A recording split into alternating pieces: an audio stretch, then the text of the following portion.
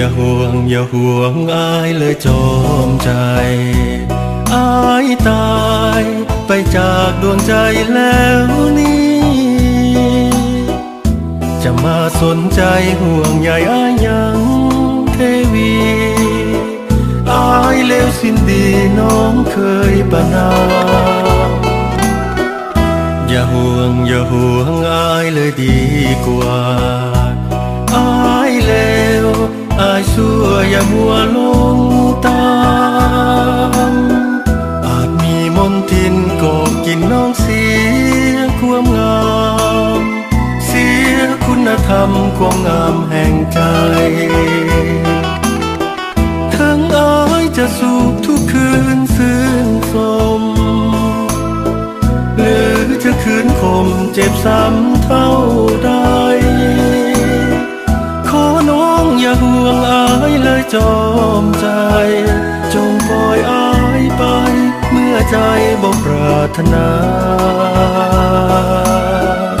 อย่าห่วงอายเลยนางแก้วขอเฮาจงแล้วดังเคยแล้วมาหากจะฝืนคืนอาจจะสูญเสียเวลาอายมันให้ค่าขออย่าห่วงใย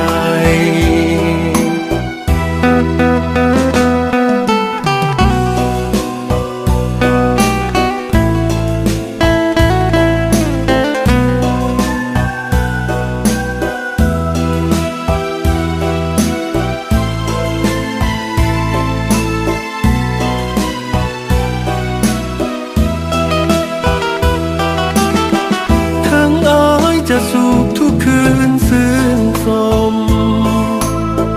หรือจะคืนคมเจ็บซ้ำเท่าใด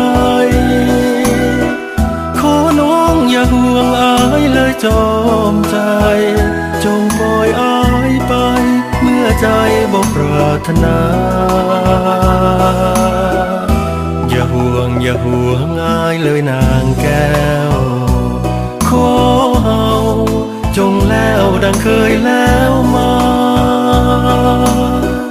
หากจะฝืนคืนอาจจะสูญเสียเวลาอายมันให้ค่าขออย่าห่วงใย